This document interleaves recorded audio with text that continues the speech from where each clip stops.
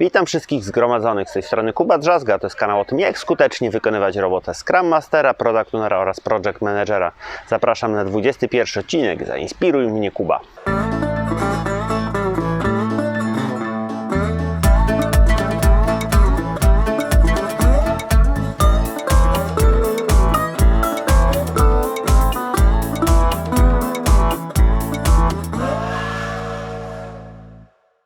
Model Tuckmana opisuje kolejne fazy, jakie przechodzi zespół. W podstawowym modelu są to 4 fazy. W rozszerzonym modelu jest to aż 5 faz. Te fazy to forming, storming, norming i performing. W modelu rozszerzonym mamy jeszcze ajuring. Nie wiem nigdy, jak się to poprawnie wymawia. Forming, czyli po polsku faza formowania, to takie jakby obwąchiwanie się członków zespołu, to takie testowanie pozostałych ludzi w teamie, ustalanie relacji pomiędzy nimi. Jest to też powiązane z poznawaniem zagadnień, nad którymi będzie pracował zespół. Storming to inaczej faza docierania. Występuje tutaj wzajemna wrogość pomiędzy członkami zespołu. Tutaj jednostki w zespole są skupione na tym, aby okazać swoją niezależność i indywidualność reszcie. Objawia się to m.in. poprzez opór do wykonywanej pracy.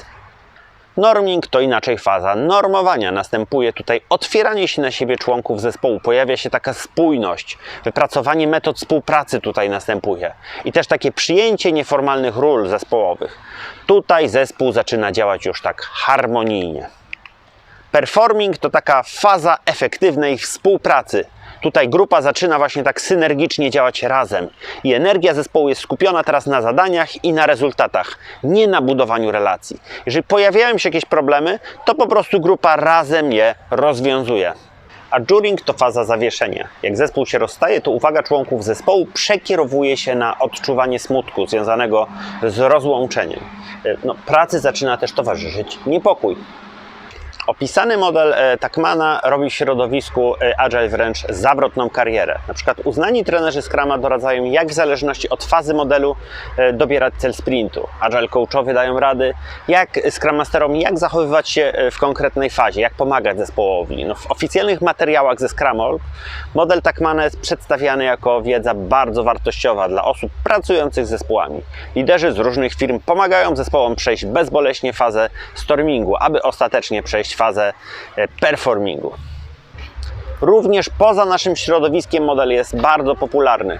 Trudno spotkać cykl rozwojowy dla szkoleniowców nie opierający się na tym modelu. Wielu utytułowanych psychologów powołuje się na niego w swoich wywodach na temat zarządzania. A ja Wam powiem, że jego wartość jest w zasadzie podobna do horoskopu z Bravo Girl, czyli w zasadzie niewielka. Oczywiście podam za chwilę powody, dlaczego tak myślę. Pierwszym powodem jest geneza powstania tego modelu. Bruce Tuckman w 1965 roku na podstawie 50 artykułów innych autorów doszedł do modelu ze wspomnianymi wcześniej fazami. Co bardzo ważne, artykuły, na których bazował, w przeważającej części dotyczyły grup terapii uzależnień, od heroiny, alkoholu oraz grup samorozwojowych, takich, gdzie uczestnicy przeżywają proces interdyscyplinarny. Ciągle opowiadają o swoich emocjach. Bardzo mocno są na nich skupieni. Jestem przekonany, że w grupach terapeutycznych i tych samorozwojowych jest zupełnie inna dynamika. Zupełnie inaczej zespoły pracują. Bo zespoły scrumowe czy projektowe, umówmy się, nie mówią cały czas o tym, co kto teraz przeżywa. I storming tam może nigdy w ogóle nie wystąpić i dalej będziemy mieli do czynienia ze zdrową sytuacją, ze zdrowym zespołem, rozwijającym się prawidłowo. Słyszałem niezliczoną ilość razy od Scrum Masterów i Agile Coachów, że zawsze trzeba pomóc zespołowi przejść przez fazę stormingu. Jeżeli oni nie przejdą tej fazy, nie będą mogli skutecznie pracować. Słuchajcie, to nie jest prawda.